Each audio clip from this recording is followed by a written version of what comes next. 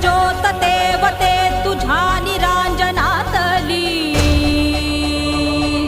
अपार भाव भक्तीने तुझीच मूर्त पूजिली। त्रिशूल खड्ग घेऊनी विनाशण्या असुर ये, बनून रौद्रकामिनी प्रकाशण्या तिमिर ये। प्रतीक नारी शक्तीचे वैष्णवी महेश्वरी, तुझाच अंश राहू दे सदैव माझ्या अंतरी। आई अंबे